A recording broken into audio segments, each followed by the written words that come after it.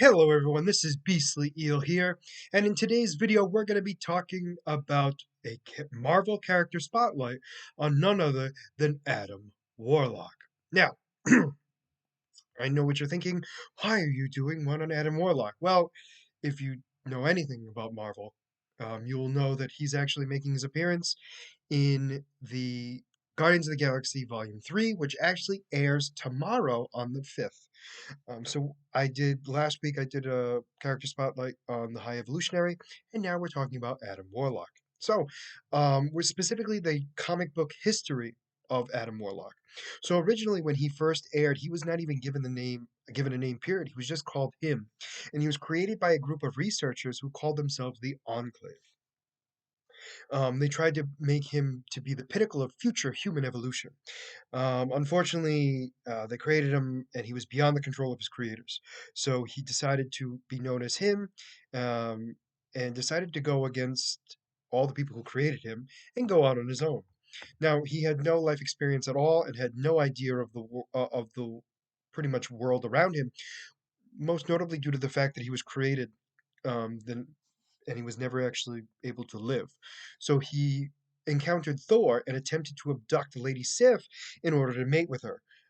Apparently, this is not something that Thor wanted, nor Lady Sif, and Thor naturally took offense to this and promptly beat him up so badly that he had to go to the safety of his regenerative cocoon to wait for his reborn later. So, his rebirth, he was actually renamed Warlock, just Warlock, by the High Evolutionary, who was the guiding force in creating this new godling. He actually gave Warlock's purpose, direction, and vampiric soul gem, because the soul gem was kind of controlling, or it was more of a symbiotic relationship with the soul gem. We'll get into that a little bit later. In fact, Warlock eventually journeyed to the planet called Counter Earth that was created by the High Evolutionary, whose experiments were meant to create a utopia, but unfortunately was corrupted by Man Beast, and the two of them actually got into a fight. So it got into a battle in the sense of between Man Beast and Warlock. And it was during this time he met four teenagers who lived on Counter Earth, who actually gave him the name Adam Warlock, because they thought he should have two names instead of one. And he actually fought Manbeast and actually beat him to a bloody pulp. Most notably, how he tried to defeat Adam Warlock was to try to convince him that his friends actually went against him, and it backfired, got Adam Warlock super angry, and beat Manbeast down pretty bad. He became Counter Earth's champion. He was the pinnacle hero of Counter Earth, and because of this was considered a hero and the champion of the entirety of Counter Earth, and has dealt with any threats that have come into Counter Earth, specifically Man Beast and the New Men. Um, he's dealt with Doctor Doom as well. So many of these villains that have come into Counter Earth, Adam Warlock has taken himself. Now, one of the big things that we have to mention is that Warlock came into contact with a being known as Magus, sorry, Magus, which happened to be a twisted futuristic version of himself, totally insane and incredibly powerful. And in fact, it actually took the help of Pip the Troll, Gamora, and Thanos, along with Adam Warlock, to actually defeat this version of himself and stop the timeline from ever happening. It was not easy, and it was definitely difficult as well. In fact, Warlock had to take the Soul Stone out of his dying self to end the threat of his evil counterpart ever coming back. At least this version. So again, we have the soul gem, which is a part of his physiology, his body, basically, and he's gone up against many creatures. In fact, Thanos wanted all the Infinity Gems due to the fact that he wanted to please Death, and so not Captain Marvel. Adam Warlock actually got a team together to protect the Infinity Stones. the Infinity Gems, sorry. And during this time, he created the Infinity Watch, which each one was tasked with a very specific gem. This actually lasted for a while. Obviously, Adam Warlock protected the Soul Gem, and each one was given to somebody else. So Gamora was given the Time one, Pip was given the Space Stone, Drax the Power Stone, Moondragon the Mind Stone, and somebody who was secretly Thanos, the Reality Stone. But anyway, as this is all is happening and the Infinity Watch starts to break down little by little, they are unable to keep the Infinity Gems safe. And as they lose their ranks, they start to realize that they cannot keep the watch because there's nothing to watch anymore. So they end the watch due to the fact that they had to didn't have enough members to keep each of the gems safe, which is always an interesting thing to me, due to the fact of just that there's six of them, and he thought that that was going to be something that could be helpful. Now, in hindsight, in reality, he had a great idea of protecting the gems. He was powerful enough to keep one of them safe. He had powerful friends to help keep the other safe, but it didn't always work. Now, during this time, he had a lot of destructions and resurrections. So there were times where he was defeated, he was put back into his little regenerative cocoon, and was brought back to life. Um, and he actually was able to create, along with many others in the galaxy, Guardians of the Galaxy, which were used to actually help deal with threats throughout the entire galaxy. And Adam Warlock was one of those original founding members. And then we have the return of Magnus, who decides to come back so bad that it actually is asked of Kang the Conqueror and some of the Guardians of the Galaxy to Kang the Conqueror, sorry, asked members of the Guardians of the Galaxy to help stop Magnus from ever becoming in existence. And it was definitely an interesting thing on that one. And in fact, at one point, it was Star Lord who killed Adam in that fun. Obviously, he gets brought back again in multiple timelines. Um, in the Infinity Wars, he is trying to form a new Infinity Watch to help create a group to stop the Infinity Gems from getting into the wrong hands. And unfortunately, as always, it doesn't always work. And, he's unfortunately lost, and the Infinity Watch eventually goes away again. And he decides to just leave at that point.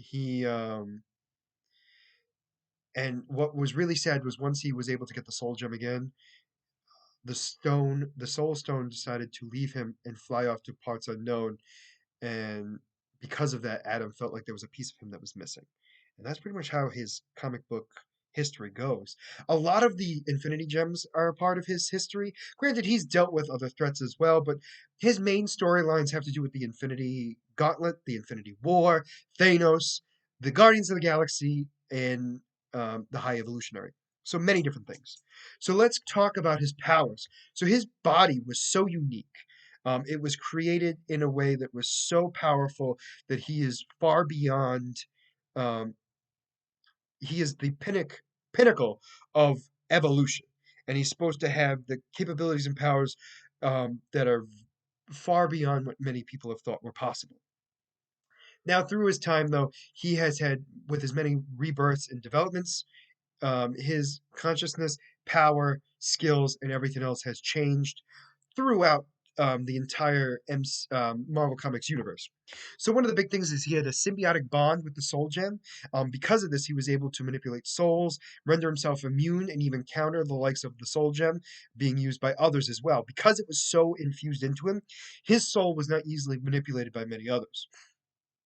He was considered to be an avatar of life, and he was actually the ability to summon and create life at one point, which I think is incredible. Superhuman physiology, physiology.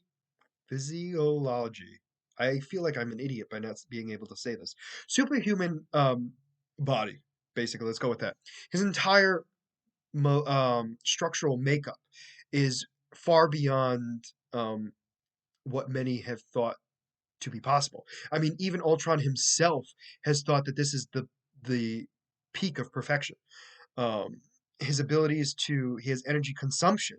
He's able to absorb energy. He has superhuman strength.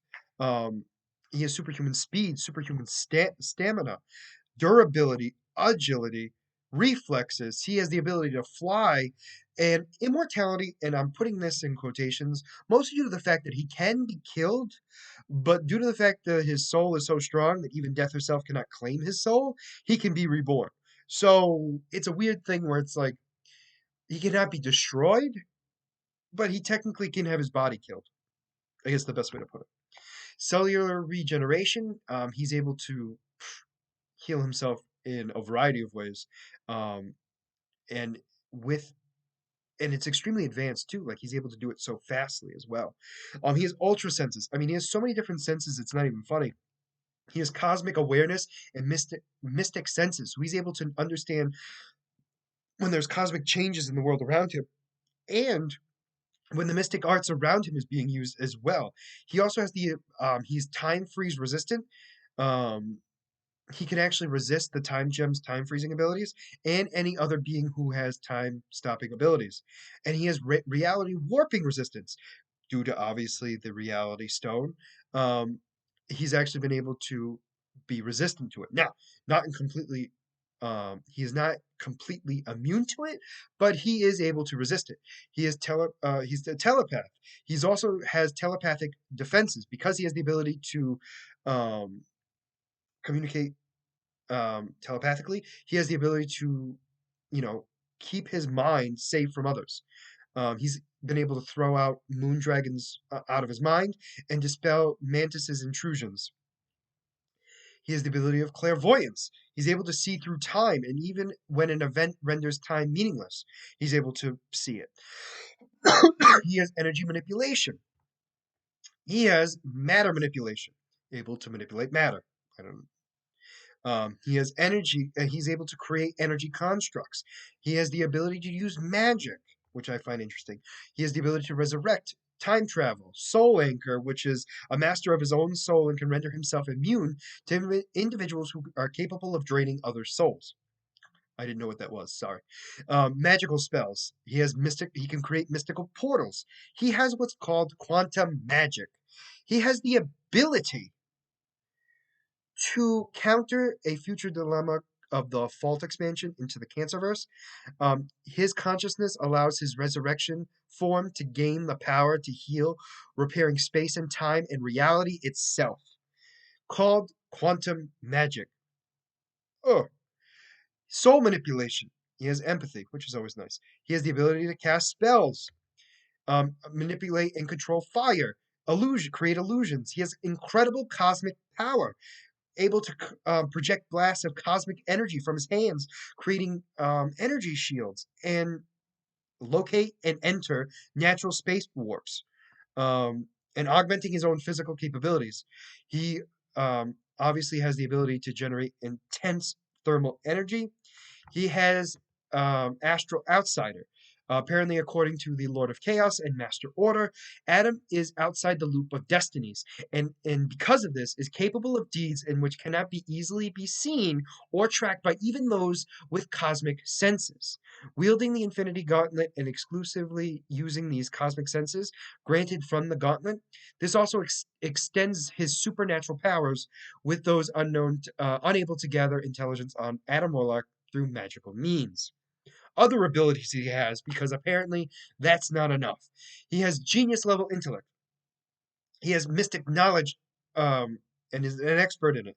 He has navigation skills, hacking skills, master technician and strategist, master manipulator. Um, he's able to Xeno multilinguisticism.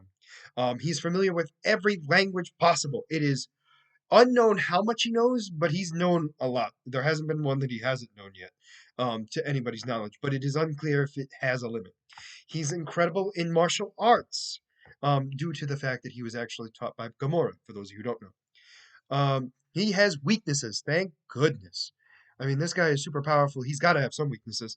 He has an inner darkness, so he always has to be worried about the fact that Magnus could come out of him, which is something nobody wants. Um, he has magical weaponry vulnerability, which means weapons that are mystical or magical in nature are able to cause him harm. Not necessarily kill him, but they possibly could. He has construct limitations for some unknown reason. There is a level of limitation in which Adam can create a construct, although nobody seems to know exactly what that limitation is. Isn't that fun? Um, Excellent. So, as always, we are going to talk about the power grid that Marvel has for all of their characters, and it is all, as always, sorry, is based out of seven. So Adam Warlock is a number three in intelligence, which is learned intelligence. He is not super genius, but he has to learn it. So given the time, he's able to learn it, which is weird to me because it makes it sound like he is super intelligent and knows about the world around him. The fact that he's a three kind of weirds me out. His strength is a five, superhuman. So the ability to lift 25 to 75 tons. His speed normally is superhuman, but has the ability to teleport, and because of that, has warp speed, which is a seven. His durability is a six because it is superhuman.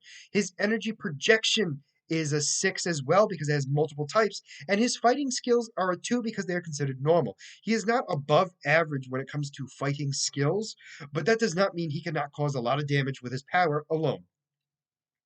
I mean, this character is OP.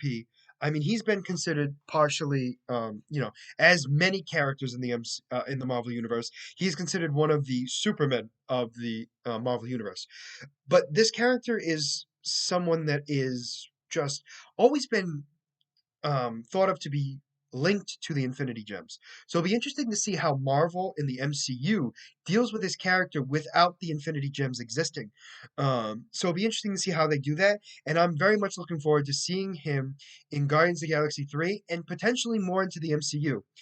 Let me know what you guys think of this character. Are you happy to see him? Are you not? Let me know in the comments below. And if there's a character that you would like me to do, whether it's DC, Marvel, anime, Star Wars, if there's a character you'd like me to do a character spotlight on, please let me know in the comments below. I'll be glad to do one. I do take requests, unless, of course, I've already done it. Um, Other than that, if you like the content you see, please like and subscribe below. Other than that, this is going to be Beastly Eel signing out. Have a great night.